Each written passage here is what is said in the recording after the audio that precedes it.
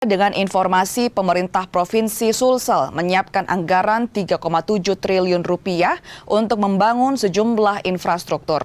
Pembangunan diprioritaskan pada jalan, irigasi, dan juga rumah sakit regional. Pemprov Sulsel menyampaikan program Multi-Years Project tahun 2025-2027. Program ini disampaikan dalam rapat paripurna puncak peringatan Hari Jadi Sulawesi Selatan ke-356 tahun. Gubernur Sulawesi Andi Sudirman Sulaiman bilang, Pemprov Sulsel akan membangun 3 proyek dengan alokasi anggaran sebesar 3,7 triliun rupiah. Ketiga proyek tersebut masing-masing jalan 1.000 km, pembangunan jaringan irigasi mencakup 54.000 hektar, serta pembangunan 2 rumah sakit regional di Kabupaten Luwu dan Kabupaten Goa.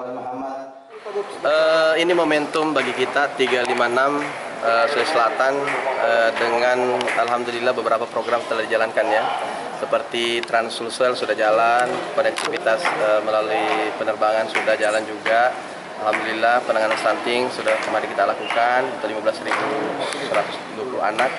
Kita sudah relokasi juga 1,4 triliun anggaran untuk dari program yang mungkin kemudian dialihkan ke program yang lebih produktif dan lebih menyentuh masyarakat, termasuk hari ini kita launching juga MYP 3.7, itu multi-years project 3,7 triliun untuk pembangunan 1.000 km jalan, kemudian irigasi 54.000 hektar irigasi nanti kita buatkan saluran irigasi, kemudian ada rumah sakit 2 unit untuk regional di wilayah Luwu Raya dan wilayah selatan.